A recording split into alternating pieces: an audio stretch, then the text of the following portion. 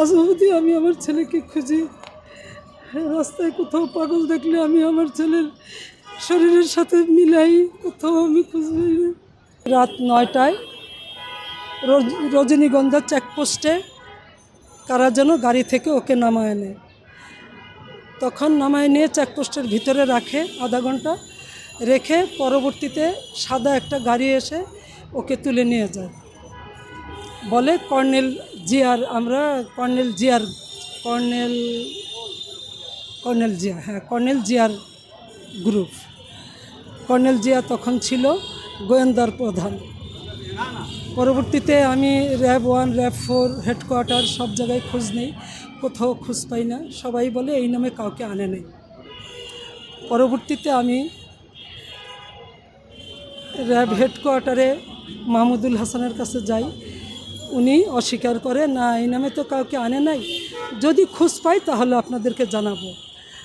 আমাদের নাম বলে অন্যরা নিয়ে যায় তুলে, পরে দোষ হয় আমাদের, এই বলে বিদায় করে দিল। চলে আসলাম। পরে আমি কাফরুল থানায় জিডি করি।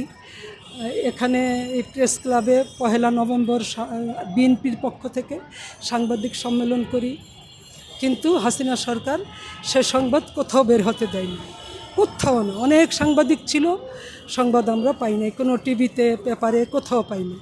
কিন্তু আমি একাকী নিজের চেষ্টায় বহু পত্রিকায় দিছি, সেই পত্রিকাগুলো আছে আমার কাছে। পরবর্তীতে আমি জাতীয় মানবাধিকার কমিশনে যাই, সেখান থেকেও কোনো খোঁজ দেয় নাই। পরে হাইকোর্টে র্যাবের বিরুদ্ধে কেস করি। 6 মাস কেস চলার পরে আমাকে বিচারপতির কাছে ডেকে নিয়ে বলে, মারে এরকম বহু লোকের বুক খালি হয়েছে, আমরা কোনো সন্ধান দিতে পারি নাই, আপনি ম্যাজিস্ট্রেট কোর্টে যেয়ে কেস দেন, এখানে কোনো কাজ হবে না, ওদের বিরুদ্ধে কেস দিয়ে। ওরা অস্বীকার করে। পরবর্তীতে আমি ভিতরে ভিতরে অনেকভাবে চেষ্টা করি, অনেক গোয়েন্দার লোকদের দিয়েও চেষ্টা করি, বহু টাকা পয়সা নষ্ট করি, কিছুই হয়নি, কোথাও কোনো সন্ধান পাইনি। আজ অবধি আমি আমার ছেলেকে খুঁজি। রাস্তায় কোথাও পাগল দেখলে আমি আমার ছেলের শরীরের সাথে মিলাই, কোথাও আমি খুঁজে পাই না।